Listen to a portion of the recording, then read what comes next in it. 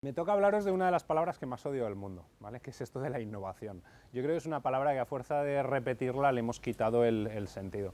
Entonces yo os voy a intentar hablar de la innovación quizás desde un punto de vista un pelín diferente. Yo siempre digo que al final yo desde mayor he querido ser una cosa, que es maestro de lo obvio, ¿vale?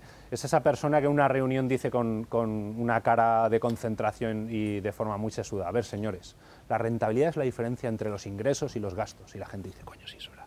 Bueno, pues lo que yo os quiero contar es, al final, cuando hablamos de la innovación y de las empresas, para mí realmente solo dos formas de concebirlo. Haciendo acciones enfocadas... ¿Sí? Vale. Haciendo acciones enfocadas a lo que sería trabajar sobre el denominador, es decir, sobre los costes, o sobre el numerador. Yo creo que en la mayoría de las empresas todo lo que podríamos hacer para disminuir costes, optimizar, eficiencia, etcétera, lo hemos hecho más que de sobra. Entonces yo os voy a intentar transmitir qué cosas o qué ideas podemos hacer relacionadas con el numerador, es decir, como nuevas formas de generar ingresos donde la internacionalización y esta visión global de los negocios es una de ellas, pero solo una. Eso sí, primero quiero hacer con vosotros una pequeña panorámica, ¿vale? ¿Qué tipo de panorámica me gustaría hacer? Bueno, pues os voy a enseñar unas diapositivas, las podéis ver aquí atrás.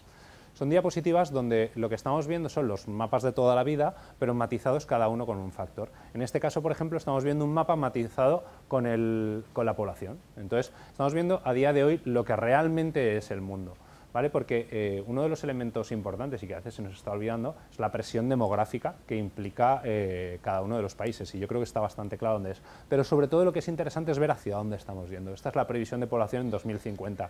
Es decir, como podéis ver, Europa es pequeñito, Estados Unidos sorprendentemente, el todopoderoso Estados Unidos es cada vez más pequeño, y todo lo que es Asia está cada vez mejor. Sin embargo, si esto lo balanceamos con un factor que a mí me parece muy relevante cuando hablamos de innovación, como es la educación terciaria, lo que sería la educación universitaria, el mapa cambia completamente. Parece que hayamos cambiado a otro mundo, y es que esto es un poco lo que estamos viendo a día de hoy. Aquí, sin embargo, quizás como cosas relevantes, me parece absolutamente triste lo que vemos que sucede en África, por ejemplo. Estados Unidos aquí sí que demuestra su potencial, pero oye, los indios y los chinos, estos no venían recién salidos del instituto y poco más. Bueno, pues obviamente no. De hecho, una de las compañías para las que he trabajado es una de las dos operadoras más grandes, vamos a decirlo así, y me contaban, sorprendidos, que últimamente están externalizándolo todo a compañías chinas, y lo están externalizando todo a compañías chinas no por el precio, sino porque la calidad de los ingenieros que tienen es muy superior muchas veces a la que tenemos en España. O sea, tenemos que seguir obviamente apostando por la educación. O sea, esto para mí es la única clave para transformar una sociedad, pero creo que todavía no es el único factor. Si esto, por ejemplo, lo ponderamos con el gasto en I+D+I, nos damos cuenta de que hay factores interesantes. Si aquí hay un país que pese, obviamente, es Estados Unidos, pero de nuevo, Asia no cambia. Es decir, creo que gran parte de la presión en los próximos años la vamos a seguir sufriendo de Asia, sobre todo cuando ponemos todo esto junto y creamos un factor que se llama el crecimiento en desarrollo, y es donde estamos viendo lo que nos viene, ¿vale?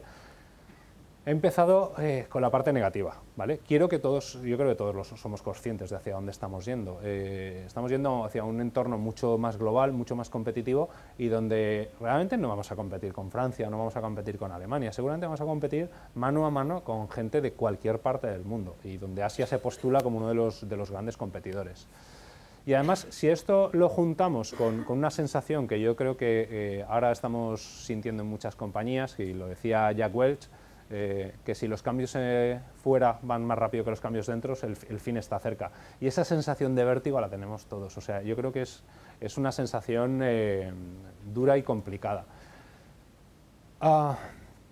Y todo esto pasa porque realmente hemos pasado, si lo pensáis un poco, durante los últimos años, como 3 estadios en las empresas relacionados con la innovación, ¿no? Hemos trabajado mucho en su momento en la innovación, de lo que sería la innovación en producto. Es donde nos hemos desfondado la mayoría de las compañías, intentando hacer grandes productos cada vez mejor. Es algo además donde no hemos dejado de trabajar. Sin embargo, hace unos años sobre esto metimos una nueva capa, que sería la innovación en procesos, donde entre otras cosas están las normativas de calidad, etcétera, y donde realmente hay mucho valor. pero donde yo soy muy crítico. ¿Por qué? Porque al final tienen todo este tipo de estandarizaciones y normas en procesos tienen una vertiente muy positiva y una muy negativa. La positiva es obvia, es decir, te estás adecuando a cómo trabajan los grandes.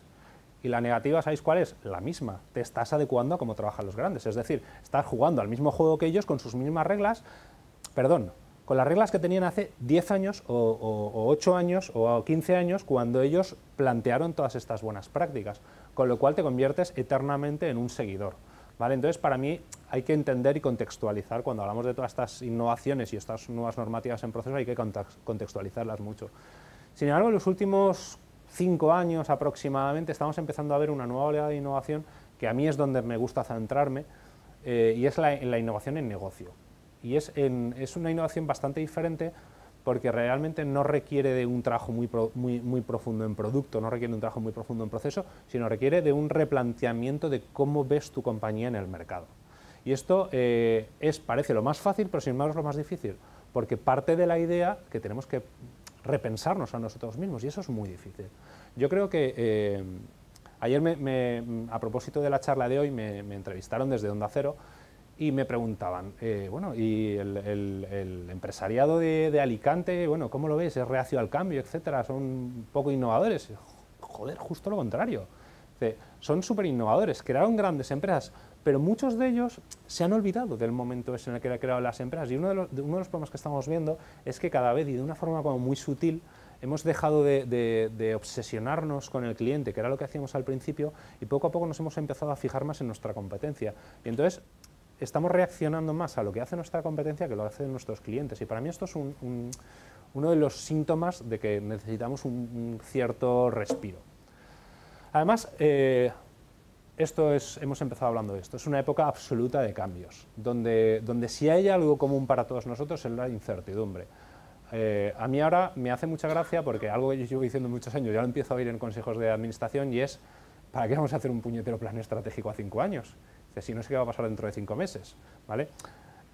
Sí, eso no quiere decir que no hay que planificar. A mí me gusta mucho una de las frases que decía Churchill, que decía que la planificación lo es todo, los planes no valen nada. Es decir, el proceso de planificar es muy poderoso. El output que sale de un plan, es decir, un plan de negocio, un plan estratégico, realmente lo puedes tirar a la basura, no te va a servir de nada, seguramente. Dentro de 6 meses está desactualizado. Además, todas estos casi diría estas vacas sagradas que tenemos dentro del mundo de la gestión de empresas, vienen de mentes pensantes y brillantes, pero que nacieron en el siglo pasado o incluso hace 2 siglos, algunos de ellos. Todos idolatramos al gran Henry Ford con sus frases visionarias, etcétera, pero sin embargo yo no sé si sabéis que una de las frases también por las que es conocido es que lo malo de los empleados es que además de 2 manos traen un cerebro. Esa es una frase de Henry Ford. O sea, y sigue siendo visionario, pero era visionario acorde en el momento que estaba, donde se suele hablar, sabéis, de cuellos azules y cuellos blancos, es decir, donde toda la economía era absolutamente industrial y productiva y donde era necesario unos parámetros. Si no, estamos haciendo un viraje completamente diferente, estamos virando a una economía basada en el conocimiento y donde esos parámetros no tienen sentido, y además donde a mí me resulta gracioso que nos estamos preocupando de seguir lo que decían estas gentes cuando curiosamente esos fueron grandes rompedores de los paradigmas de cómo se hacían las cosas en su tiempo. Es decir, estamos casi siguiendo lo que dijeron y no lo que querían hacer. Entonces, después de esta perorata, sí, lo que os quería contar es, creo que es un excelente momento, creo que de verdad es un momento absolutamente maravilloso para las pequeñas empresas, porque estamos empezando a ver un cambio bastante importante, y un cambio en el que por fin, para competir con los grandes ya no es necesario inyectar grandes cantidades de recursos, de capital, etcétera. Porque si lo pensáis un poco, lo que ha ido pasando, os quería enseñar un gráfico, a mí me parece interesante, lo que ha ido pasando en los últimos tiempos, y digo en los últimos tiempos por ser un poco suave, desde que estábamos en la prehistoria, y los cazadores recolectores iban a recolectar bayas en el monte, si querían recolectar el doble de bayas tenían que meter al doble de cazadores. Y eso realmente no cambió mucho hasta la época industrial. Si tú querías el doble de recursos, tendrías que tener el doble de elementos recolectándolos, por ejemplo. Sin embargo, de repente llega la era industrial y esto cambia, entonces aparecen las máquinas, etcétera, y se empieza a romper un poquito esa dicotomía o esa dependencia lineal entre los recursos y el crecimiento. Pero no tanto. Es que el problema es que no tanto. Es decir, ha seguido siendo así, pero... Y en este tipo de economía, que es la que hemos estado viendo en los últimos años, es una economía donde el gran demanda. Es una economía donde cuantos más recursos y más capacidad productiva eres capaz de poner sobre la mesa, más pasta eres capaz de ganar. Y además en un mercado donde realmente hay sitio para pocos, ese es el formato competitivo mejor. Pero afortunadamente esto está cambiando, ¿vale? Estamos empezando a ver este tipo de organizaciones, ¿vale? Son lo que se ha venido a llamar organizaciones exponenciales. Son organizaciones que, aprovechando típicamente la tecnología, pero no solo la tecnología, de hecho, vuelvo a decir lo mismo, no se trata muchas veces de que tengas más recursos o más tecnología, sino de que te plantees cómo estás haciendo las cosas, son capaces de romper esta dicotomía. Eso sí, no nos olvidemos, durante sus primeros tiempos estas organizaciones dan unos rendimientos absolutamente lamentables. De hecho, durante muchos tiempos han sido absolutamente lamentables, pero está empezando a cambiar. Y está empezando a ver, estamos ahora, yo diría, en este momento, donde ya hay un potencial de disrupción brutal por este tipo de compañías. Yo no sé si sabéis, Instagram, ¿conocéis la compañía? ¿Sabéis cuántos empleados tenía cuando se vendió por una barbaridad de millones a Facebook? 13. Pepefons, ¿sabéis? ¿Conocéis Pepefon, la operadora? ¿Sabéis que tiene más de 650.000 clientes, etcétera? ¿Sabéis cuántos operadores tiene? Perdona, ¿cuántos empleados, incluyendo directores generales, call center, etcétera? 14. 14. Es decir, se ha roto por fin ese binomio recursos, etcétera. Y la forma de romper ese binomio muchas veces pasa por replantearte cómo estás haciendo las cosas. Pepefon no está aprovechando la tecnología a la bestia, lo que ha hecho es dar un cambio completamente diferente al paradigma de cómo hacemos las cosas. Y este es un poco el tema. Porque además, lo bonito de todo esto es que la inversión está en recursos de la que hablamos, no ha parado de crecer hasta que de repente llega el momento donde empezamos a poder trabajar generando crecimientos cada vez con menos recursos y empezamos a poder competir de forma cara a cara con las grandes compañías. Porque yo os he de decir una cosa, yo antes de montar el negocio que tengo ahora, Startup Explore, he estado con una consultora de estrategia trabajando con startups, con fondos de capital riesgo, pero también con muchas de las grandes multinacionales. ¿Y sabéis por qué puñetas contrata una gran multinacional a un fulano que sobre todo trabaja en el entorno startup y en cosas ágiles, etcétera? Porque quieren ser como los pequeños. Es decir, tengo pendiente de escribir un artículo que lo he llamado la rebelión de los ratones. Y es que los ratones por fin están dándole miedo de verdad a los elefantes. Entonces, ese es un momento absolutamente genial. Y todo esto que os estoy contando, aparte de que suene bien, realmente viene posibilitado por una de las palancas que es la tecnología. Está habiendo un decremento absolutamente brutal en los costes de la tecnología y que está habilitando modelos de negocio que hasta hace tiempo no eran posibles. Si veis estos datos, vemos, por ejemplo, que los robots industriales han bajado desde 2008 23 órdenes de magnitud en coste. Las impresoras 3D, 400 órdenes de magnitud. Pero es que toda la biotecnología, en algunos elementos, 10.000 veces. Es decir, negocios que hasta hace poco una pequeña empresa jamás se podía plantear, ya son viables. Y entonces, muchas veces, nuestro problema es que desconocemos que podemos utilizar esas palancas, con lo cual una de las figuras que para mí es clave que empecemos a tener en las empresas es alguien que esté oteando nuevas tecnologías que sean aplicadas a mi negocio. Y quiero que todo esto lo tengáis muy claro. La gente cuando empieza a hablar de startups y tal me pone la gorra de tecnologías digitales e internet. No, en absoluto. O sea, esto no va de tecnologías digitales. Uno de los ejemplos yo creo más brillantes que he visto de este cambio de paradigma fue una bocatería de Córdoba. ¿Qué hicieron estos chicos? Estos se dieron cuenta que gran parte de su afluencia eran chavales que salían de un instituto cercano y entonces, ¿qué producía? Pues que de repente venían en masa a la bocatería entre las 10 y las 10:30, durante ese rato podían producir 50 bocadillos, por poner algo, y ya está. Entonces, ¿qué se les ocurrió? Utilizar la tecnología para cambiar su paradigma. ¿Y esto qué fue? WhatsApp. Estos tíos empezaron durante la hora de antes del recreo, a aceptar los pedidos WhatsApp. Y entonces rompieron el paradigma que es petición, producción, entrega, a entrega. Porque la petición y la producción la pusieron antes. A esto me refiero cuando hablo de tecnología. No hablo de que nos convirtamos en empresas internet, etcétera. Eso es una chorrada para el 99% de nosotros, ¿vale? Hablo de que aprovechemos la tecnología como una forma nueva de apalancar nuevos modelos de negocio. Y el problema es que lo que nos cuesta a todos, y yo lo entiendo porque es muy duro, es que lo que estamos haciendo es utilizar la misma tecnología para hacer lo mismo que estamos haciendo, pero de forma más eficiente.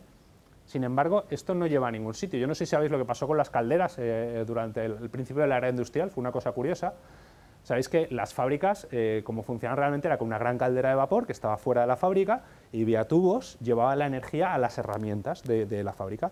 Y entonces llega la revolución industrial y aparece una nueva tecnología absolutamente disruptiva, son los motores eléctricos.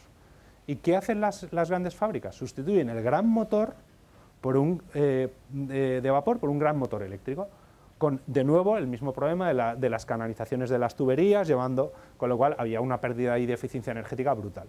Y de repente a alguien se le ocurre, pero pasados varios años, decir, oye, si ponemos el motor eléctrico pegado a cada herramienta, ¡pum!, revolución tremenda. Es decir, cuando hablamos de lo del paradigma, hablo de esto, de que no se trata de que utilicemos la tecnología para hacer más eficiente, esto es el business as usual. Yo creo que todos ya estáis utilizando la tecnología para hacer más eficientes vuestros negocios. Se trata de que repensemos el flujo del negocio desde la tecnología. ¿Por qué? Porque hay un estudio que dice esto, que en 10 años el 40% de las compañías del Fortune 500 van a desaparecer. Es decir, no sé si sabéis que en el Standard & Poor's 500, que es otro de los índices, perdón, el 100, se habla de que el tiempo de vida de las compañías ha pasado de 65 años a 14, en solo 5 años. Es decir, esto son pésimas noticias si tienes una enorme multinacional, y muy buenas noticias para los demás, porque eso permite que haya mucha más rotación y mucha más capacidad de crear cosas nuevas. Sin embargo, y ahora voy a seguir diciendo cosas que a veces son un poco contraintuitivas, tenemos dentro de las empresas a varios enemigos que a veces no los reconocemos como tal. Y quizás el primero, y es el más, diría, llamativo, es la eficiencia. ¿Por qué? Porque si hay un paradigma que nos ha permeado a todos, da igual que hayas estudiado en una escuela de negocios, que hayas montado tu propio negocio, es hacer cada día más eficientes tus operaciones, es decir, optimizar tus costes y optimizar tus márgenes para conseguir cada vez ganar más pasta, esto es obvio. Pero ¿qué pasa? ¿Que hay menos eficiente que innovar? No hay nada menos eficiente que innovar, porque supone coger nuevos caminos, equivocarte, pegarte el guantazo, etc. Entonces, el problema es que nos hemos enrocado en nuestras compañías en que cualquier cosa que vaya contra la eficiencia es malo. Y a veces no, o sea, a veces tenemos que darnos un espacio a equivocarnos, a probar cosas nuevas, etc. Que sí, que vamos a desperdiciar recursos, seguro. O sea, yo estoy seguro que todos habéis dicho, y seguro que nadie me lo reconocéis, estos de Google. Eso, porque ha permeado mucho esto de que ellos dejaban los viernes por la mañana a sus empleados, o incluso creo que era todo el viernes, a sus empleados libres para que pensaran nuevas ideas. Estos de Google pueden hacer esto porque como tienen mucha pasta y demás, no, o sea, eso es la forma de salirse del business as usual. Ellos han entendido que eso es una inversión. Es una inversión que obviamente no te puedes plantear cargarte el 20% de tu productividad así de golpe de un día para otro, pero solamente puedes empezar a buscar esos espacios dentro de tu organización. Después el benchmarking, ya ahora hablaremos de ello, que es una forma muy elegante y muy anglosajona de decir, estar mirando lo que hace la competencia y reaccionando sobre ello, lo cual pues para mí genera un problema casi diría de sincronización de cómo compites. Si te estás peleando demasiado por mirando lo que hace la competencia, acabas pensando como ellos y eso es muy negativo.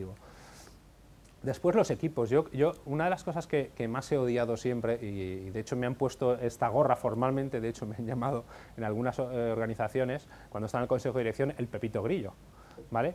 Porque de verdad, todos pensaban igual.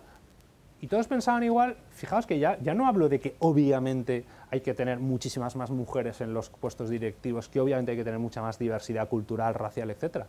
Hablo de diversidad mental.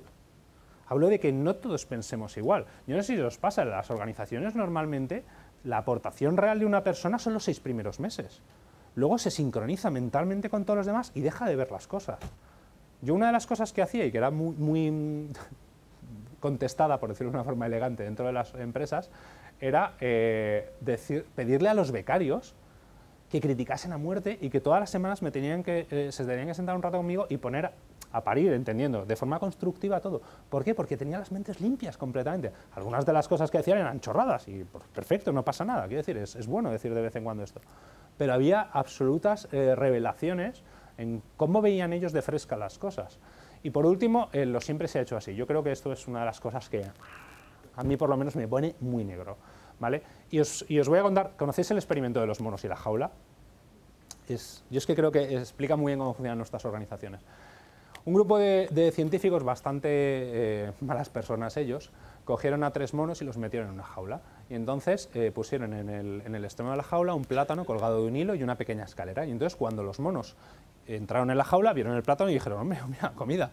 Se fueron corriendo y entonces les pegaron una serie de manguerazos con agua fría que, por decirlo de una forma elegante, los desincentivaron del interés de coger el plátano. Entonces se quedaron pues cabreados en un fondo de la jaula diciendo, esto es un asco. Entonces de repente sacaron uno de estos monos mojados y pusieron uno nuevo. Entonces el mono entró, vio a los monos en un fondo de la jaula diciendo, son tontos, un plátano. Se fue a por el plátano y ¿sabéis qué pasó? Que antes de que fuera a coger el plátano, los otros 2 monos le dieron una paliza que lo mataron. ¿Vale? No lo mataron literalmente, pero vamos, lo dejaron severamente desincentivado a coger el plátano. Total, que volvieron a sacar uno de los monos mojados, pusieron uno de los nuevos, hizo lo mismo. Estos están tontos, me voy a por el plátano. Entonces, cuando fue a coger el plátano, el resto de monos le dieron la paliza de su vida, incluyendo el último, con más saña que el resto, de hecho. Y acabaron sacando a todos y se produjo el que cuando metían un mono nuevo, le daban una paliza cuando iba a coger el plátano. ¿Por qué? No sé, siempre es eso, sí. ¿Vale? Esto es lo que pasa en muchas de las organizaciones. Y yo creo que es una de las cosas que es absolutamente peligrosa para todos nosotros. Y muchas veces todo esto sucede porque hay una serie de paradigmas que tenemos en la barriga. Odio esa palabra paradigmas, pero la estoy usando mucho, lo siento. Bueno, y mucho de esto tiene que ver con el concepto de que estamos viviendo en un mercado saturado. ¿Qué es un mercado saturado? Es muy fácil de definir. Es un mercado donde de repente tu competencia, los que históricamente estaban en el segmento de arriba, con muchísima elegancia están bajando a competir contigo. Los de abajo están empezando a también competir contigo y tú te conviertes en el jamón york del sándwich. ¿Vale? Y además suceden 2 cosas muy interesantes, y es que de repente los malditos clientes, malditos mercenarios de los clientes, que es como los llamamos, te dicen, sí, ya, pero bájame el precio, ya, pero bájame el precio. A mí, sí, pero bájame el precio. Parece que lo único que les preocupa es el precio. Y además te dicen una cosa que es de esas cosas que tienen que despertar vuestra idea, y es que, ya, pero para mí el producto ya es suficientemente bueno. ¿Vale? ¿Esto qué sucede? Que todo el mundo estamos compitiendo de la misma forma y entonces llega un punto donde el cliente ya lo hemos servido suficientemente bien. Y esto, el ejemplo perfecto es lo que sucedió con el mercado de la insulina en los años 80 y tantos. Mi mujer es diabética tipo 1, es de las que se pincha, entonces cuando salíamos a cenar, ella se tenía que llevar su jeringa de cristal, se tenía que hacer un preparado antes de la cena, etc. Entonces eran casi 15 minutos entre que se iba y volvía, donde se tenía que estar pinchando. ¿Sabéis en qué estaban investigando todas las compañías? En la pureza de la insulina. En aquellos entonces la insulina estaba hecha de derivados del cerdo y entonces la gente estaba mejorando el porcentaje de pureza de la insulina. Pero los clientes te decían, ya, pero es que para mí ya es suficiente pura. De hecho, no sé si fue Merck o otro de los laboratorios que hicieron una investigación muy potente, muy disruptiva sobre insulina basada en el ser humano, mucho más cara, y el incremento de ventas fue casi nulo. ¿Por qué? Porque para los clientes ya era suficiente. Hasta que de repente alguien dijo, oye, ¿y si el problema no es la pureza de la insulina? ¿Y si el problema es el proceso de inyección de la insulina? Y de repente a unos locos escandinavos que se llamaban Novo, un pequeño laboratorio en aquellos entonces, se les ocurrió montar una cosa, eran los bolis, estos autoinyectables, y ¡puf!, explotaron el mercado. No se gastaron millones de dólares en montar un nuevo proceso de fabricación de insulina más pura. Simplemente se dieron cuenta que la variable competitiva no era esa, no era la pureza de la insulina. Pero esto no solo ha pasado en el mundo de la insulina, ha pasado con las consolas. O sea, quiero decir, no os voy a pedir los que sois jugones que levantéis las manos, pero vamos, el que es jugón, lo que le gusta es polígonos por segundo, inmersión, horas que le dedicas al juego, y sin embargo, de repente ya los de Nintendo y sacan la Wii, que es una castaña. Es una castaña, esto es algo ampliamente reconocido. Pero sin embargo, a muchísima gente le pareció apasionante. ¿Por qué? Porque te permitía jugar durante un rato de forma fácil y conectarlo. Mi suegra de 70 años llegaba a casa y me decía, Javi, ¿me pones el jueguecito del tenis? Mi suegra. O sea, es una cosa absolutamente espeluznante, y esto sucede por eso. Porque muchas veces cuando estás operando en un mercado saturado lo que te toca es, oye, si todos estamos compitiendo igual hay que volver al cliente y ver cómo está utilizando mi producto para descubrir si la variable competitiva es esa o no, ¿vale? Y en estos casos hemos visto que no. Y esto pasa porque todos nos metemos en la cabeza que lo que fracasa realmente es nuestro producto. Es decir, lanzamos un producto al mercado, no funciona, nos hemos equivocado. Pero es que quizás lo que fracasa no es nuestro producto, sino el negocio, el modelo de negocio que hemos utilizado para el producto. Y esto quiere decir el cómo estamos facturando, a través de qué canal estamos yendo al cliente, a qué cliente le estamos vendiendo, qué problema realmente quiere cubrir el cliente con el producto. Entonces, este es uno de los problemas. Entonces, claro, ¿qué decimos todos? Hay que averiguar las necesidades del cliente. Y yo no sé si ya habéis progresado algo en este camino, pero muchas veces lo que nos encontramos es esto, que todos los clientes mienten, ¿vale? Habréis oído muchas veces la frase, hablábamos antes de Henry Ford, que decía, si le hubiera preguntado a los clientes qué querrían, me hubieran dicho caballos más rápidos, ¿vale? Entonces yo ahora os quiero poner un pequeño vídeo que creo que apoya esto que os estoy contando y luego lo discutimos. Thank you for your time and welcome to our focus group. Today we're going to show you an idea and ask for your opinion. This is called a wheel. Now, according to its developers, it'll change the way we work and live. Why? Because it rolls. It can also be added to wagons to make moving a heavy load easier. Your opinions?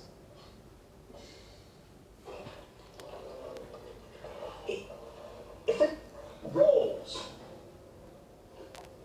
that means it could roll away and get lost, right? Or it could roll over your foot.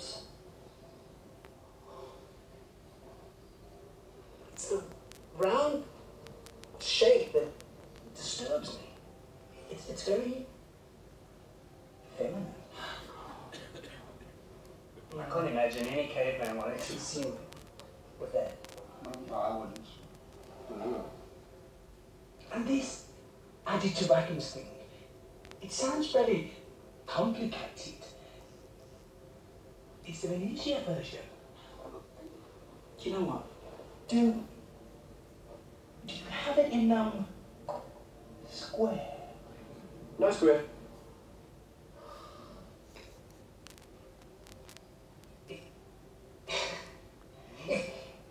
If there was a square one, and didn't roll,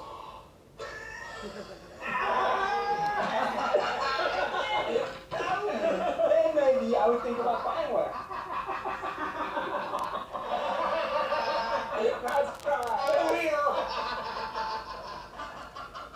Los clientes no tienen ni idea, ¿no? Pero la pregunta quizás es, si le preguntas a tu cliente si lo que busca es un caballo más rápido, pues obviamente no te lo vas a explicar. Pero si tú le dices a tu cliente, ¿a ti te gustaría desplazarte de forma más rápida, más económica, etcétera, etcétera? Pues seguramente te diría que sí. O sea, el problema muchas veces es que no se trata de que el cliente no nos cuente lo que quiere, sino que no sabemos capturar lo que él necesita. Es decir, los clientes son muy malos expresando sus necesidades, pero tienen súper claros cuáles son sus problemas. El problema es que nos centramos en lo que expresan de sus necesidades. O sea, aquí lo que estamos viendo es que, a ver, señores, si le explicas a alguien lo que es la rueda, seguramente no lo vea. Ponle dos carros, uno con ruedas cuadradas y otro con ruedas redondas, y rápidamente van a entender cuál es el beneficio del producto. Es decir, muchas veces nos quedamos solamente en la expresión de las necesidades. Y entonces, cuando le preguntes a un cliente por algo, te va a decir, lo quiere primero más barato, eso es lo primero que te va a decir, y además es que me gustaría que curara el cáncer, que dejase buen sabor de boca, pero es que eso no es lo que seguramente, ese no es el problema que quiere resolver. Entonces, esto pasa por tener que entender bien a los clientes. Y realmente entenderlos bien no es hacerles un estudio de mercado. Yo soy, y muchas de las cosas que digo son excesivas y luego a propósito, ¿vale? Me gusta tensar los argumentos. De lo que yo os digo, quedaos con el 40%. Pero yo siempre digo que los estudios de mercado están matando a las empresas. Es decir, porque siendo realistas, ¿sabéis cómo se hacen el 90% de los estudios de mercado? Es un becario en Google quien lo hace. Eso sí, le pone un formato brutal en un documento que es increíble, con unas tablas súper chulas. Y normalmente la mayoría de las empresas, y esto como siempre hay de todo, la mayoría de las empresas que realmente hacen un estudio de mercado de verdad y van al mercado y hablan con los clientes, etcétera, etcétera, no nos las podemos permitir, porque esos son muy caros, obviamente. Entonces, el problema es que nos han enseñado a trabajar sobre la filosofía de segmentar a los clientes, ¿vale? Partimos de la idea de que todos los clientes son razonablemente iguales y que comparten una serie de rasgos, y entonces los metemos como si fueran en cubos, ¿vale? Entonces es como si fuera, en este cubo están los que tienen entre 25 y 35 años, que les gusta el deporte y no sé qué, y en este cubo vamos a meter a... Claro, y muchas veces parece que estemos segmentando porque hay que segmentar. A ver, se segmenta a los clientes, ¿para qué? Para meterles mano, para poder atacarlos y llegar a ellos, para venderles nuestros productos, para conocer mejor qué es lo que quieren, etcétera. Pero ¿sabéis qué pasa? Que se está produciendo en los últimos años un fenómeno un poco curioso, y es la dessegmentación. Hace unos años éramos completamente predecibles. Mentira, no éramos completamente predecibles, pero éramos más fácilmente predecibles. Si tú tenías un salario bajo, pues tenías un fiesta y además comías en este segmento de restaurantes y comprabas este segmento de productos. Ahora eso ya no tiene nada que ver. Ahora hay gente que tiene un salario bajo, tiene un BMW porque quiere gastar todo su dinero en esto, un día cena aquí, otro día cena allá, un día compra este producto, tiene un iPhone 6... O sea, ya no es tan lineal todo. Entonces, muchas veces, quizás lo que hay que hacer es repensar. Entonces, quizás no se trata de encontrar qué separa a los clientes para ponerlos en un cubo o en otro, sino pensar en qué tienen en común, ¿vale? A mí me pasó hace un par de años una cosa muy graciosa que siempre la cuento, y es que me contrató una clienta que estaba vendiendo un producto, tal, nos pusimos a segmentar, y al final llegamos a la conclusión de que había que hacer un segmento que nos mostrase quiénes eran las clientas que veían el programa de Ana Rosa, porque ese era su prototipo de cliente. Y entonces dijimos, bueno, pues vamos a segmentar. A ver, edad, ayudadme un poco, edad más baja, ¿cuánto pensáis? 40. Baja. 18 o algo así. ¿Edad más alta? Hasta que se mueren, básicamente. Con lo cual no me habéis ayudado nada. Poder adquisitivo. Olvidaos de los prejuicios, todos. Ciudades grandes, pequeñas. No había forma de meterle mano a ese segmento. Hasta que de repente caímos en una cosa muy obvia que es, joder, pero es que, ¿qué tienen en común? Que ven el programa Ana Rosa. Y las que ven el programa Ana Rosa además hacen una serie de cosas más o menos parecidas. Entonces, en lugar de intentar encontrar qué las separaba, intentar encajarlas en un segmento, lo que hicimos es, si lo que queremos es montar sobre esto una estrategia de negocio, vamos a fijarnos en qué tienen en común. Y entonces, con esto, conseguimos darle la vuelta. Entonces, encontramos ciertas cosas que hacían las que tenían ese interés en común. Y había de todo tipo de edades, de segmentos, poder adquisitivos, perfiles tecnológicos, lo que fuera, ¿vale? Decía el San bendito Steve Jobs que no es el trabajo del cliente saber qué es lo que quiere, ¿vale?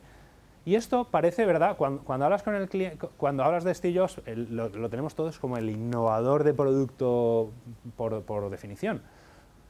Pero es mentira. O sea, a ver, el iPhone es cero innovador como producto. O sea, de hecho, este señor es lo que se conoce en el algoritmo de la innovación como un fast follower. Él jamás ha innovado el primero. El Apple Watch, ¿cuándo ha salido? Cuando el resto de smartwatches llevaba un año en el mercado. Este tío lo que hacía era que el resto saquen el producto, que se peguen los guantazos. Yo lo que sí que hago, y eso lo ha hecho siempre muy bien, es ver cómo interactúan el cliente con el producto, cuáles son los problemas de verdad del pie de la calle, y con eso creo un nuevo producto. Es decir, ellos tienen una cosa que son las Apple Store, sabéis que ellos tienen una figura, es el Genius. El Genius es una persona que por lo menos hace unos años, ahora ya no sé si es así, tenía entre sus funciones reportar al cuartel cualquier problema repetitivo que estuviera habiendo. Y durante la época del iPhone, por ejemplo, antes de que naciese, todo el mundo rajaba del puñetero puntero. No sé si os acordáis que antes llamábamos punteros para los teléfonos. Y luego eso parece que es algo que desapareció. Pues esto pasa por realmente entender qué es lo que hace el cliente. Y muchas veces, y ahora os lanzo una idea un poco más disruptiva, a veces pasa por entender qué es lo que hacen los no clientes, ¿vale? ¿Qué es un no cliente? Un no cliente no es simplemente el que no es cliente mío, pero sí es de la competencia. Un no cliente es alguien que no es cliente ni mío ni de nadie de mi competencia. Es decir, alguien que no se plantea comprar productos de mi segmento. ¿Por qué? Pues típicamente hay tres barreras. Primero, una de riqueza, ¿vale? El dinero es uno de los factores importantes y os adelanto una diapo que vamos a comentar después. Una de las mejores formas de romper la barrera de la riqueza es a través de una tendencia que se ha creado en India, que le llaman la innovación frugal. No sé si habéis oído alguna vez el término, es una cosa muy interesante. Sabéis que uno de los mejores acicates para la innovación es la escasez, ¿vale? Y eso en India van sobrados.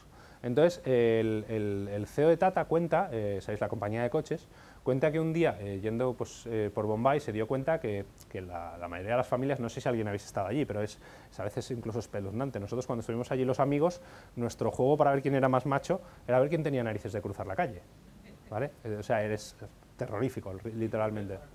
Y vivir para contarlo, claro, si no, si no las cervezas no...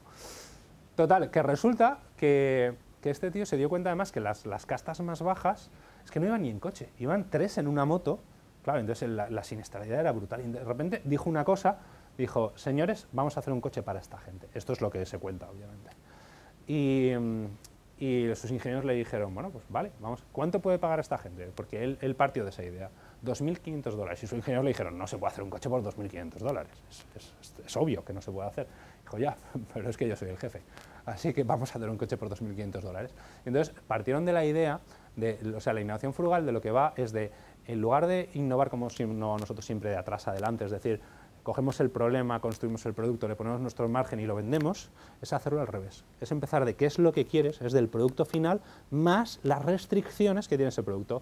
Pues el precio máximo puede ser esto, tiene que ser un coche donde puedan entrar al menos 4 personas y además tiene que tener una carrocería que puede soportar un impacto, por poner un ejemplo. Y con eso trabajaron. Tuvieron que quitar cosas que se pensaban que no se podían siquiera quitar en un coche, pero consiguieron producir el Tata Nano por $2.500. Eso sí, también demuestra, y esto es de esos ejemplos bonitos, donde el producto estuvo muy bien pensado, pero estuvo muy mal comprendido al cliente, el producto fue un fracaso durante los primeros tiempos. ¿Sabéis por qué? Pues porque, primero, no vendían nada y no sabían por qué, y de repente se dieron cuenta que es que esas castas no se sentían suficientemente honorables, no sé cuál es el término, para ir a los concesionarios. Entonces no entraban a comprar a los concesionarios. Entonces los empezaron a vender los supermercados y las cosas empezaron a despegar, pero lento. ¿Y por qué despegaron lento? Porque se equivocaron completamente en entender a los clientes. ¿Sabéis cómo publicitaban el Tata Nano? El coche más barato que existe.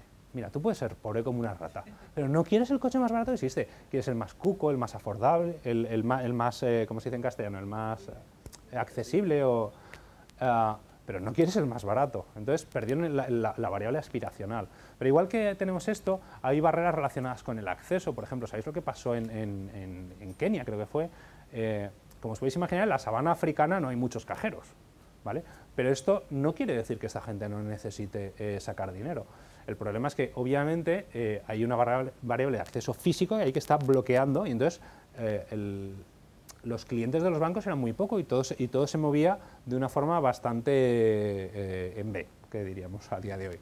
Sin embargo, hubo una compañía muy inteligente que hizo un análisis del perfilado de este tipo de gente. Yo no sé si vosotros... Yo he estado y es cierto, además es una cosa curiosa.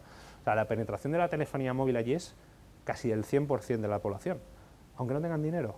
Pero es que lo mejor de todo es que los smartphones también tienen una cuota de mercado versus lo que sería el PIB acojonante. Y esto es, por lo que sea, no me voy a meter a discutir esto, pero el hecho es que una compañía se dio cuenta que esto tenía todo el sentido del mundo, montar un sistema de pagos por móvil, algo que no ha funcionado jamás aquí, porque no tiene ningún sentido, de momento al menos, pero que seguramente allí tenía todo el sentido del mundo, porque había una necesidad real que cubrir. Pero igual que esto tenemos variables como el tiempo, es decir, hay productos que por definición te cuesta media hora de utilizarlos. Si de repente alguien te consigue que esto sea así, pues será mucho más fácil. O la habilidad, obviamente. Si habéis probado darle a vuestro abuelo un smartphone, la situación es curiosa. Sin embargo, hay gente que está ya ofreciendo smartphones muy accesibles a este tipo de gente, ¿vale? Esas son las variables. Y todo esto tiene que ver, antes lo hablábamos, un poco con si hay que entender al cliente y hay que crear con el cliente los productos, hay que involucrarlo desde pronto. Pero, sin embargo, ¿qué nos han contado a todos? El éxito es llegar lo antes posible al mercado de masas, ¿vale? Con lo cual nos forramos y somos felices. El problema es que eso nos mete una mentalidad de lanzar directamente al mercado de masas, y eso es muy peligroso, porque el mercado de masas es un mercado que absorbe los productos de una forma, vamos a decirlo, bastante más lenta, ¿vale? ¿Por qué? Pues es muy fácil, porque no penséis, porque seguramente los que estáis aquí tenéis un perfil innovador en muchos casos, pero pensad en vuestra compra del día a día al supermercado, donde casi nadie somos demasiado innovadores.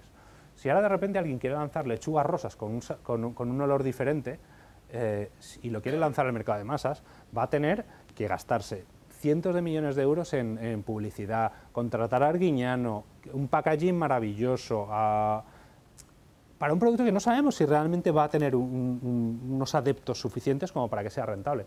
Sin embargo, la mejor forma seguramente no es esa. La mejor forma es, ¿sabéis? Hay varios grupos. Los primeros, que son los innovadores, que yo cariñosamente llamo los frikis, son aquellas personas que compran tu producto por el atributo, casi diría, de la novedad y de la tecnología que lleva embebida. Es gente que compra las cosas porque es nueva, porque etcétera. Genial, te dan pasta, pero normalmente no son clientes relevantes, porque son clientes muy volubles, porque la tecnología es un atributo voluble. Entonces, son clientes que te ayudan a depurar el producto en sí, pero que realmente no te dan ninguna validación de mercado, por decirlo de alguna forma.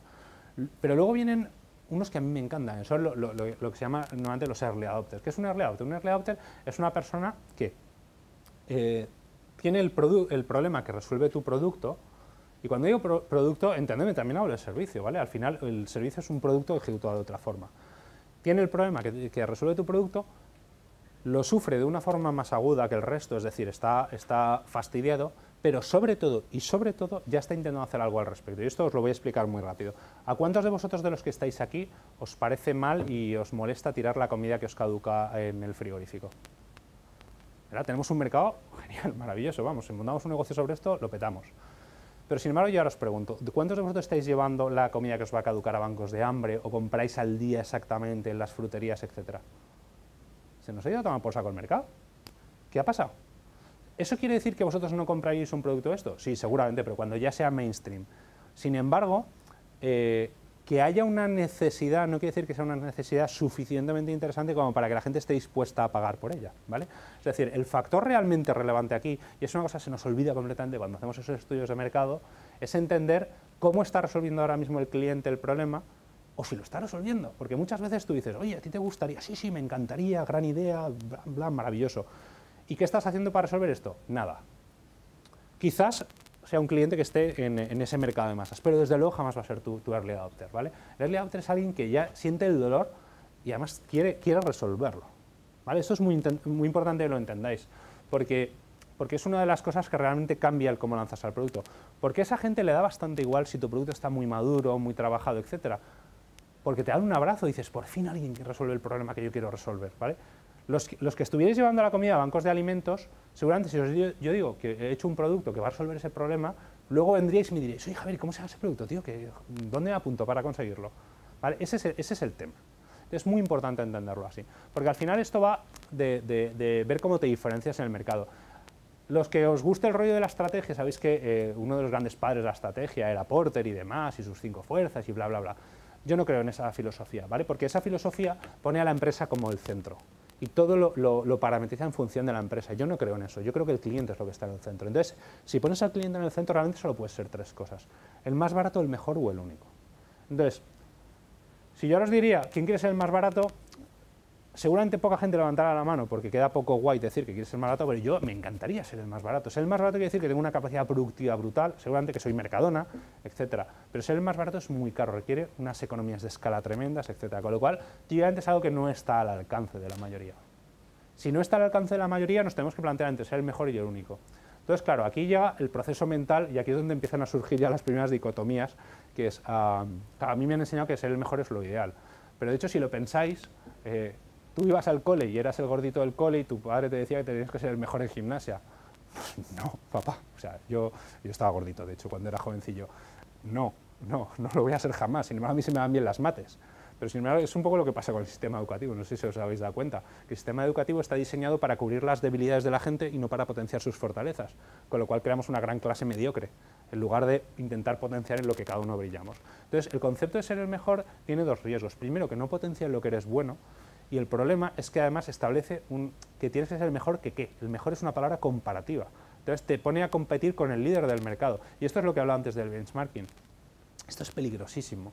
Yo no sé si os ha pasado, pero sin darte cuenta acabas adoptando una estrategia de seguidor. Entonces, claro, si eres el segundo o el tercero del segmento está bien, puedes hacerlo porque igual en algún momento lo consigas, pero para la mayoría de nosotros es un suicidio intentar competir con el líder del mercado. Con lo cual lo que tenemos que hacer es diferente. Entonces, claro, aquí dices, joder, no te jode, el tío este que aquí me dice que tengo que ser diferente, pero esto... O sea, ser diferente no quiere decir que hagamos un océano azul y estas cosas que dicen tanto los consultores, que estaría bien, obviamente, si lo consigues, ideal. Ser diferente quiere decir que tienes que tratar al cliente y darle las cosas como él las quiere, ¿vale? Yo no sé si conocéis, bueno, seguramente la mayoría no os veo el perfil, uno de mis compañeros del instituto, un chaval de 23 años en aquel momento lo que sucedió, lo que os voy a contar, resulta que heredó una fábrica de pinturas hecha polvo de su tío, creo recordar, en Tarragona. Entonces, claro, con 23 años a ti lo que te pide el cuerpo es la vendo y me la bebo, todo, sin ninguna duda. Pero a él se le ocurrió hacer algo diferente. Y básicamente este chico tenía una pequeña característica y es que era rapper y le encantaba hacer grafitis. Entonces, ¿qué hizo? El tío se fue con parte de la pasta que había heredado a hacer un viaje por Europa a ver cómo pintaban los grafiteros, porque en aquella época, yo sé que nadie ha hecho un grafiti en la vida, pero se utilizaban coches de spray de pintura de coche. Entonces, claro, aquello no dejaba un resultado especialmente fino. Y entonces, tras estar hablando con ellos y entendiendo a pie de calle cuáles eran los problemas, el tío reconvirtió su fábrica en una fábrica de botes de pintura para hacer grafitis, que en aquel momento era una barbaridad, no había habido el auge actual. Pero el tío dijo, aquí hay un problema real que nadie está resolviendo de la forma adecuada. Y entonces se convirtió en el único, y se convirtió en el único porque en aquel momento, no quiere decir que no hubiera más, o sea, la gente ya estaba resolviendo su problema, pero fue el único que realmente tomó, en este caso fue una especialización, fue un foco en nicho, pero hay otras formas de ser el único, ¿vale? Y bueno, fue brutal, se convirtió rápidamente en el número 1 de Europa y luego lo compró una de las más grandes del mundo, ¿vale? Montana. Entonces fue una cosa absolutamente sorprendente. Y fue porque realmente se convirtió en el único en el cerebro de esa gente, y en el corazón sobre todo. ¿Vale? Entonces al final, a mí Guy Kawasaki, de quien soy muy fan y además tengo la suerte de conocer, me encanta porque dice que al final o eres diferente o eres barato. ¿Vale? Y yo me permito ponerle un asterisco y decir, pero ojo, que tu diferencia importe, ¿vale? Porque muchas veces llegamos a obsesionarnos a ser tan nazis con el tema este de ser diferente que nos pasamos, ¿vale? Y entonces queremos ser tan diferentes que hay que ser diferente para algo que quiera el cliente, no por ser diferente. ¿Vale? Al final se trata de lo que veíamos en una de las pelis favoritas mías. Usted es Jimmy, ¿verdad? ¿Esta es su casa? Exacto. Soy el señor Lobo. Soluciono problemas. ¿Vale? Tenéis que ser el señor Lobo de vuestro cliente. Pero claro, ¿qué problemas tienes que resolver? Porque si hemos dicho que cuando él te habla de sus necesidades es muy difícil, a mí me gusta partir de la idea del trabajo, ¿vale?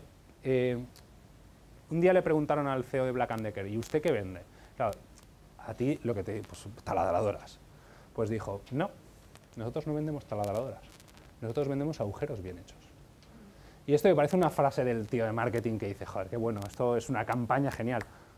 Pues es real. O sea, ¿alguien coleccionáis taladradoras? Podéis levantar la mano, siempre hay alguno, no pasa nada. Bueno, pero generalmente no es el caso, ¿verdad? Vosotros compráis una taladradora porque queréis agujeros bien hechos. Entonces, con esta idea en la cabeza, este señor sí que se fue esta vez a su gente de marketing y le dijo, bueno, averíguame un poco el perfil de uso de esta gente, quiero decir, pero métete en sus casas. Y descubrió dos cosas realmente muy llamativas. La primera de ellas es, ¿cuánto tiempo se utiliza una taladradora al año? 8 minutos. ¿Vale? Es un negociazo de los buenos.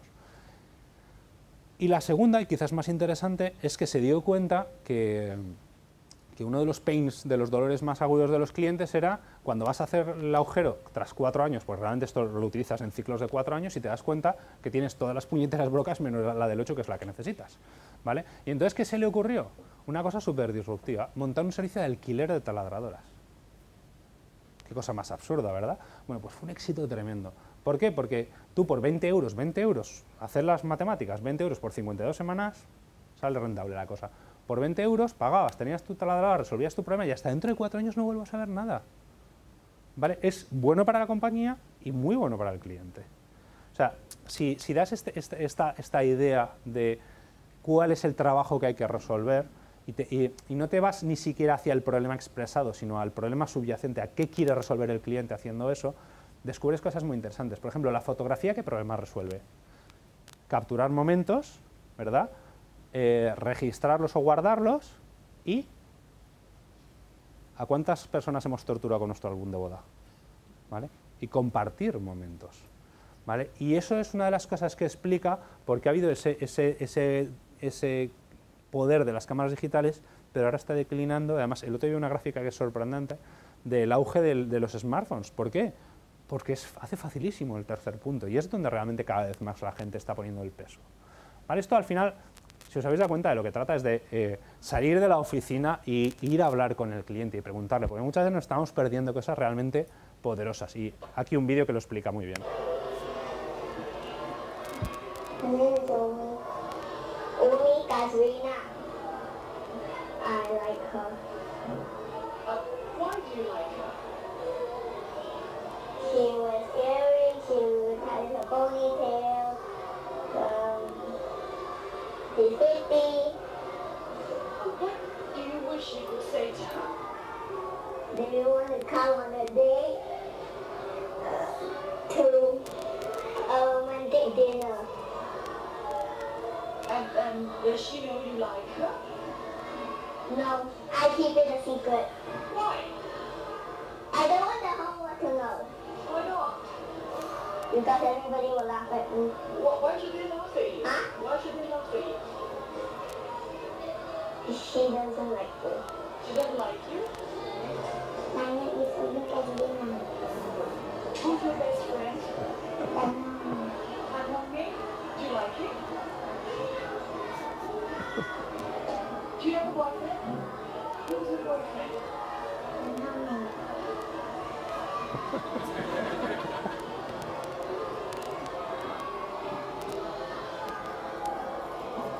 Bueno, yo creo que tenemos aquí dos lecciones súper claras. La primera de ellas es que hay que preguntarle al cliente. Y la segunda, sin ninguna duda, es que hay que aprovechar en el momento las ocasiones, ¿eh? Bueno, hemos hablado también antes de lo de la innovación frugal, ¿vale? Lo de Tata. Y al final también hay incluso, estamos hablando mucho de la forma de llegar al mercado, pero también hay incluso mucho de cómo haces las cosas dentro de la empresa. Si lo pensáis, nos han educado en una filosofía de ejecución secuencial, es decir, yo quiero lanzar un nuevo producto al mercado, pienso cuál es mi producto, me hago el plan de negocio famoso, que hay que dedicarle un tiempo, y después de este tiempo ejecuto el producto y lo llevo al mercado. Entonces, claro, ¿cuál es el problema? Que existe una desconexión desde primero las necesidades del cliente, pero después desde el momento que incluso que las tomaste al principio y cuando lo lanzas. Y normalmente lo que eso sucede es que te gastas mucho dinero en algo que al final no quiere el cliente. Entonces, últimamente se están adoptando filosofías ligeras que vienen del Lean Startup, que curiosamente cada vez más las compañías grandes lo están adoptando, y es una filosofía más iterativa.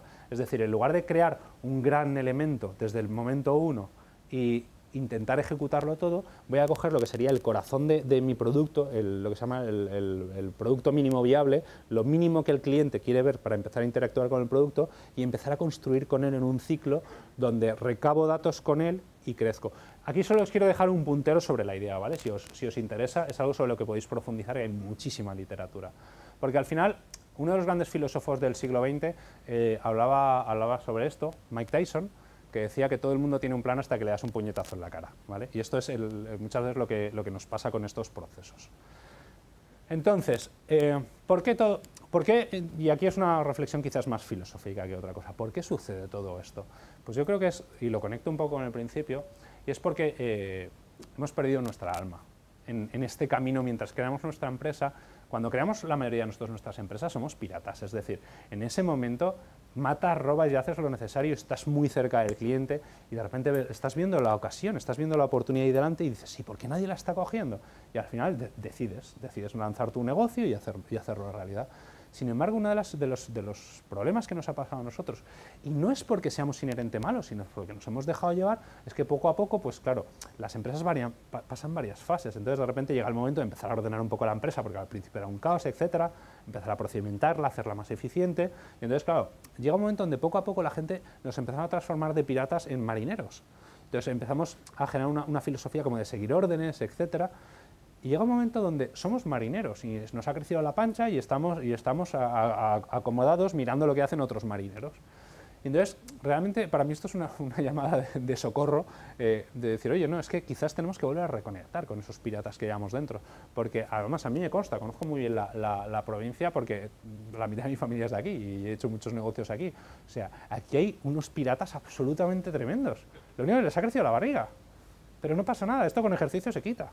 ¿Vale? O sea, yo creo que es muy importante que lo reconectemos y al final, de nuevo, lo vuelvo a decir, esto no va de recursos, esto delante de lo que va es de imaginación. Yo no sé si habéis oído esta frase, que a mí me gustaba tanto, que luego resulta que es mentira, pero bueno, anyway, lo voy a contar, que decían que durante la época de la carrera espacial, la Agencia Espacial de Estados Unidos, la NASA, estaba gastando millones de dólares en encontrar una forma de escribir una tinta que funcionase en gravedad cero, etcétera. ¿Y sabéis qué hicieron los rusos, que no tenían ni un duro? Utilizar lápices, ¿vale? Esto es mentira, ¿vale? O sea, la tinta funciona perfectamente en gravedad cero. No sé si os acordáis de una de las comunicaciones que hizo Pedro Duque. Dijo, pues aquí estoy escribiendo con un boli, y eso fue un guiño hacia la gente que le habían contado este rollo. ¿Vale? Pero la idea sigue siendo válida. Pero al final esto tiene que ver muchas veces con que nos hemos conformado, ¿vale? Yo soy un gran fan de esta frase de Miguel Ángel, es decir, que el mayor peligro para todos nosotros no es apuntar demasiado alto y fallar. El problema real muchas veces es que apuntamos demasiado bajo y acertamos, ¿vale? Es decir, tenemos que ser mucho más valientes. Y voy a cerrar con mi vídeo favorito, lo siento, esto es marca de la casa, pero que creo que lo explica muy bien. Here's to the crazy ones, the misfits, the rebels, the troublemakers, the round pegs in the square holes, the ones who see things differently. They're not fond of rules, and they have no respect for the status quo. You can quote them, disagree with them, glorify or vilify them. But the only thing you can't do is ignore them. Because they change things. They push the human race forward. And while some may see them as the crazy ones, we see genius. Because the people who are crazy enough to think they can change the world are the ones who do.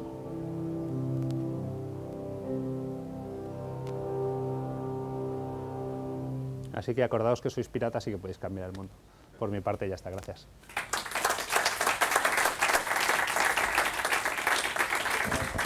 Pues nada, Javier, muchas gracias por tu estimulante... Vamos a apagar aquí los micrófonos. Por tu estimulante, entretenida y provocadora, ¿no? O sea, lo de piratas y marineros yo creo que nos ha llegado a todos. Entonces, ahora sería el momento de las preguntas y luego te planteo un reto si te apetece, ¿vale? Entonces, el siguiente momento que vamos a tener, o sea, primero preguntas para Javier y luego el siguiente momento que vamos a tener se llama Tengo una pregunta para usted, ¿vale? Entonces tenemos a gente de la Fundación Universidad Empresa y de Jovenpa. Entonces, como ya nos conocemos casi todos, lo que os propongo es hacer un mini brainstorming colectivo sobre el foco creativo de cómo hacer de Alicante un ecosistema innovador, ¿vale? Entonces, dedicar 30 minutos a reflexionar desde aquí y desde allí para plantear ideas y soluciones para, después de estos 2 días, qué ideas nos surgen para hacer de Alicante un ecosistema innovador. Y Eloy del Ayuntamiento, si quiere subirse, también está invitado, ¿vale? Entonces, primero preguntas, reflexiones sobre la ponencia de Javier y luego hacemos lo siguiente. Hacemos esto, yo pregunto y ellos ya se van preparando, van calentando.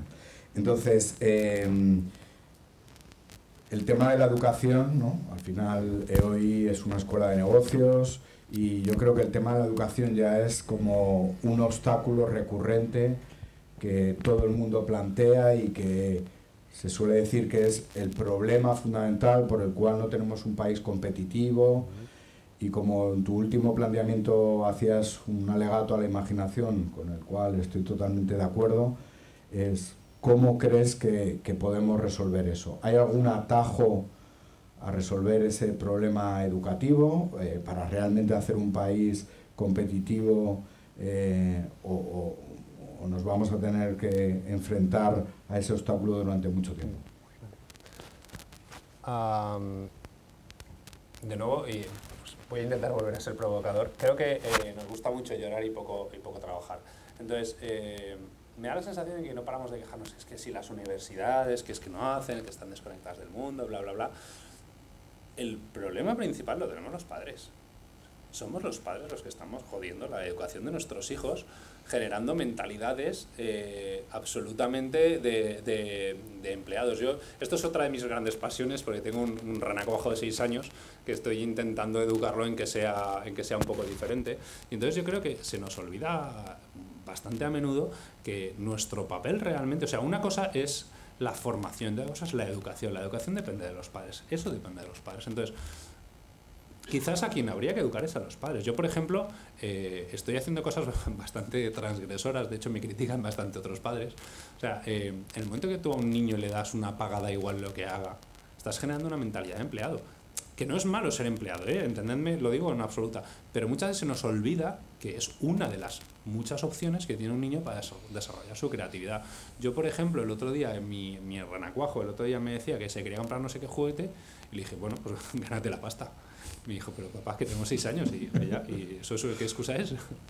Y entonces, ¿y cómo se gana dinero, papá? Y digo, pues no sé, hay muchas formas vendiendo cosas. ¿Y qué puedo vender yo? Digo, pues no sé, ¿a ti no te gustan los dinosaurios? Pues dibuja cromos de dinosaurios y véndelos. Y el tío se sacó su pasta vendiendo a la familia, obviamente, que se lo compró. Vamos, yo ya le dije que esto no es el mercado normal. Pero él entendió, conectó lo que cuesta conseguir algo, el esfuerzo propio y la recompensa y la alegría de obtenerlo. Y entonces, esto es una de los 1000 millones de cosas que podemos hacer, pero muchas veces parece que lo externalicemos. Y desde luego, para mí, la educación donde hay que empezarlas en los coles. O sea, si lo que... Y no hay atajos. O sea, la respuesta corta es no hay atajos. ¿Por qué? Porque desde que empezamos a incidir en la educación en los coles hasta que llegan al mercado, van a pasar 20 años. Pero es que también nos estamos fustigando mucho. Yo tengo una charla súper interesante con el fundador de la Industrial Venture Capital en Israel y me comentaba, Javier, es que os estáis agobiando demasiado. Dice, nosotros llevamos 30 años, Silicon Valley 40. Dice, ¿vosotros qué lleváis? 8, 10. O sea, tenéis que empezar a hacer bien las cosas, pero lo que os hace falta es tiempo. Y se podría establecer el paralelismo padre-hijos con comillas, ¿no?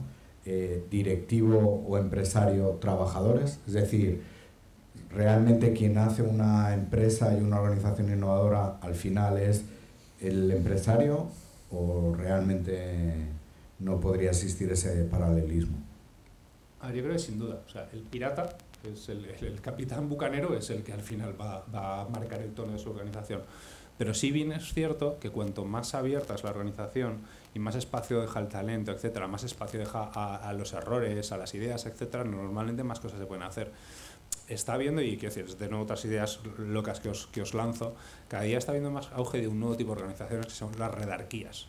Las redarquías no son organizaciones donde tu peso viene dado por unos méritos que conseguiste hace X años o por una formación, sino por el valor que estás aportando a tu organización en el momento.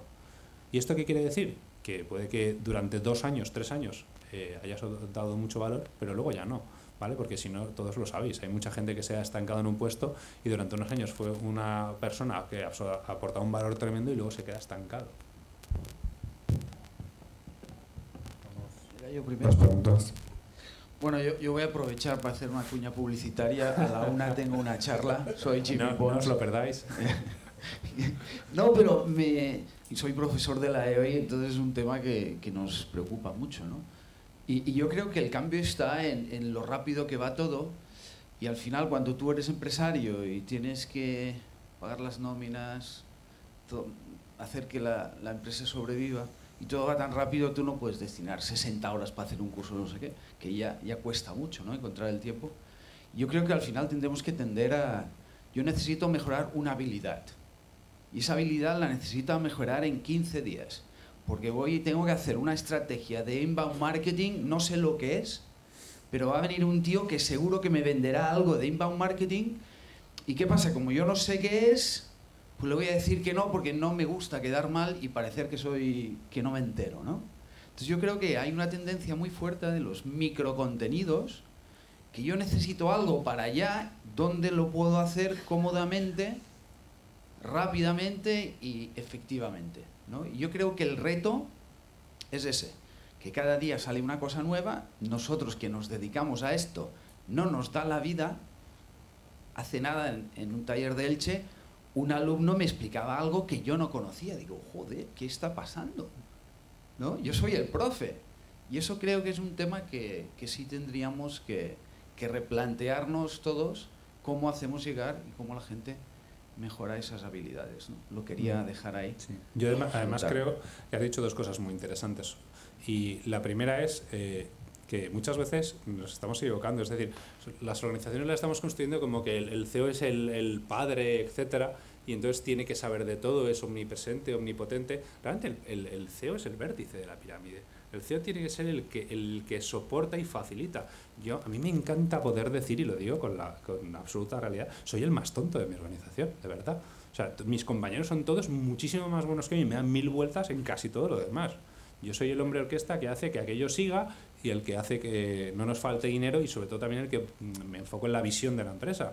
Pero todos son mucho más listos que yo. O sea, al final quizás pase por empezar a confiar más en nuestra gente. Igual el de inbound marketing no tiene que ser el CEO, sino que tienes el fulanito que tiene más espenta para esto. Ricardo. Sí, yo quería ligar tu conferencia con la pregunta que nos ha hecho Juan.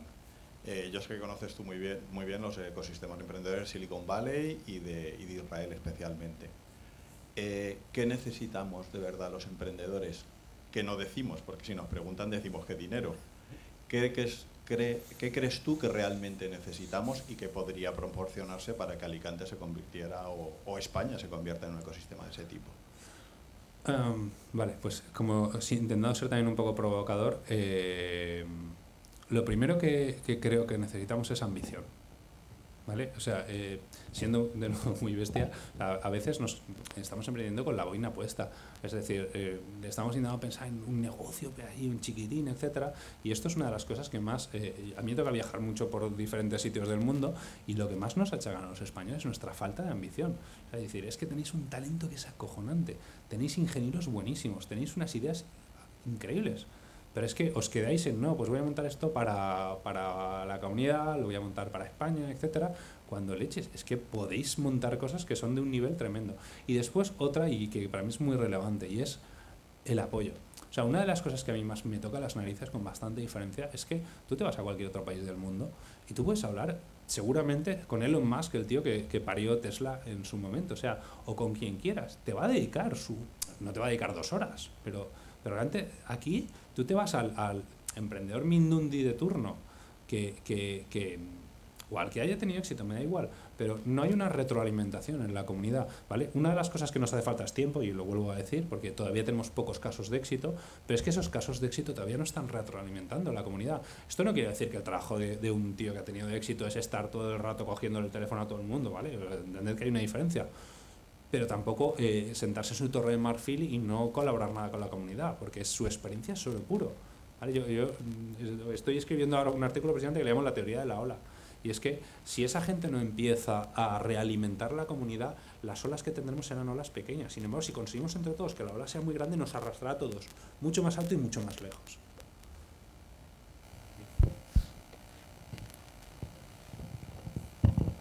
Bueno, buenos días. Enhorabuena ante todo por la ponencia y sobre todo por la forma de plantearla. Me parece que es muy importante también que los ponentes nos planteen retos y nos den una patada en el culo de vez en cuando, ¿vale? Entonces, enhorabuena. Yo la pregunta es, cuando has empezado la charla, decías que al principio las empresas nos hemos focalizado mucho en ver qué hace nuestra competencia, ¿vale? Y que eso nos está agotando y no nos estamos dedicando a ver qué es lo que quieren nuestros clientes o cuáles son la problemática de los clientes. Pero otra de las frases ha sido, muchas veces los clientes ya están saturados o ya tienen un producto lo suficientemente bueno. Entonces, ¿cuál ves tú o por dónde podría ir el tiro? ¿Cómo dejamos de mirar a la competencia para no convertirnos en borregos, que hacemos lo mismo? ¿Cómo pueden ser las nuevas formas de interactuar con el cliente? De volver a sus necesidades. Te he entendido perfectamente. Te lo voy a contar con un ejemplo. McDonald's, ¿vale? ¿Cómo hacemos esto de estar cerca del cliente? Bueno, McDonald's lo que hizo en su momento fue, me monto un focus group, eso es lo que hemos visto con los trogloditas, me monto un focus group y le pregunto a mis clientes. En aquel momento querían montar batidos. Entonces, resulta que, bueno, pues probaron una serie de batidos, hablaron con X clientes y dijeron, estos son los mejores productos. Los lanzaron al mercado y el éxito fue bastante flojo, porque el cliente ya no era suficiente, etcétera. Hasta que de repente a alguien que no venía de la industria alimentaria y quizás bastante punky, se le ocurrió hacer una cosa súper disruptiva, que fue ir a los McDonald's a sentarse a mirar cómo consumían los clientes los batidos. Entonces detectó 2 patrones completamente diferenciados. El primero es, claro, sabéis que allí hay periodos de commuting muy largo hasta que llegas al curro, entonces la gente le gustaba tomarse un batido grandote, con tropezones, espeso, etcétera, para que les durase y probar cosas. Y luego detectó algo que los papás lo vimos mucho, y es cuando te llevas al Renacuajo a tomar algo al McDonald's por la tarde y que por Dios quiere que se haga el puñetero batido rápido, ¿vale? Entonces que sabores muy amigables para los críos, más líquidos, etcétera, de forma que se los acaben antes. Entonces, con estas dos filosofías lanzaron 2 nuevas líneas de batido y creo que hicieron un 40 y tantos %. O sea, realmente, cuando hablo de salir de la oficina e ir al cliente, es que es literal. O sea, todo el mundo nos hemos quedado en la filosofía del marketing estadístico. Es que si mi muestra no es de 10.000 clientes, no son conclusiones relevantes. Pero es que da igual, o sea, tú no estás haciendo optimización fina. Tú lo que quieres ver son los grandes bloques que los tienes delante y no los estás viendo. Entonces, si sales al mundo real e interactúas con los clientes, ves cómo utilizan la categoría de productos que tú estás comercializando, ahí es cuando descubres las oportunidades. Por aquí.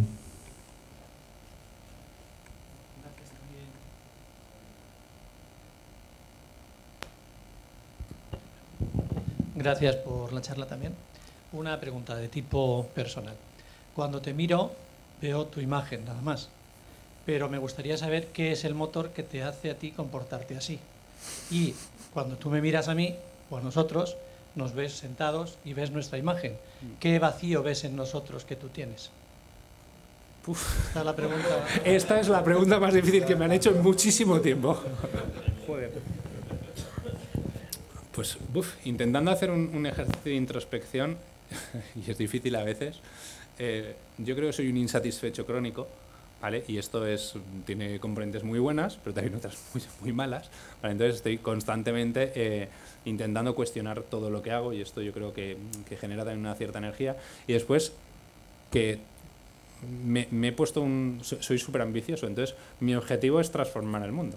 O sea, de hecho, la empresa que estamos montando ahora es para transformar cómo opera el ecosistema emprendedor a nivel europeo, así poco ambicioso. O sea, yo creo que tiene que ver mucho con el hambre, la no conformidad con lo que estamos haciendo y demás. Y respecto a lo que veo aquí es yo creo, y quizás no lo que veo en esta sala, ¿vale? Sino lo que veo en general en el empresariado alicantino, es miedo de ser el que dé el primer paso y miedo a colaborar muchas veces.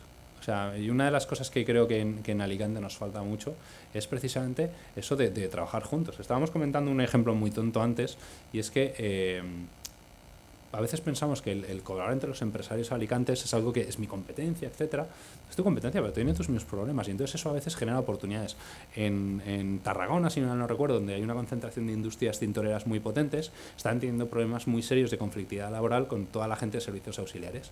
Entonces se sentaron todos, algo absolutamente inusitado, todos los empresarios de la zona a hablar sobre el tema, y se les ocurrió una idea absolutamente brillante, y es construir y constituirles a estas personas una empresa de servicios auxiliares para ellos.